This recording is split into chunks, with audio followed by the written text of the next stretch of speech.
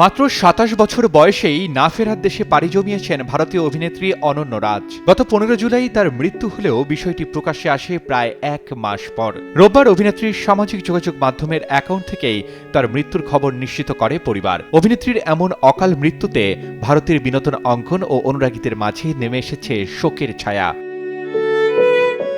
২০১৬ সালে 7 hours to go সিনেমার মাধ্যমে বলিউডে অভিষেক হয় অনন্য রাজের। এরপর দ্য ফাইনাল এক্সিট ও ঘোস্টের মতো চলচ্চিত্রে অভিনয় করে ব্যাপক পরিচিতি লাভ করেন তিনি। অল্প সময়ে নিজের অভিনয় দক্ষতায় দর্শকের মন জয় করেছিলেন এই অভিনেত্রী।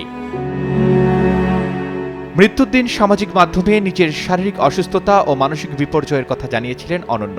পরে সেই পোস্টে শেয়ার করেই তার অ্যাকাউন্ট থেকে পরিবারের পক্ষ থেকে একটি শোক বার্তা প্রকাশ করা হয়। পরিবারের ভাষ্য অনুযায়ী প্রায় ১ বছর ধরে শারীরিক ও মানসিক নানা জটিলতায় ভুগছিলেন অনন্য। শেষ পর্যন্ত একজন যোদ্ধার মতো লড়াই করেও জীবন যুদ্ধে হার মানতে হয় তাকে। তার অকাল প্রেরণে পরিবার গভীরভাবে শোকাহত।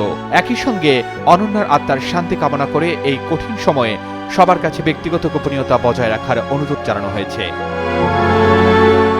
মাত্র ২৭ বছর বয়সেই থেমে গেল অনন্য রাজের সম্ভাবনাময় অভিনয় জীবন। তার অকাল প্রয়াণে শোকাহত সহকর্মী, ভক্ত এবং ভারতের পুরো বিনোদন অঙ্গন। Desk report, Daily Sun.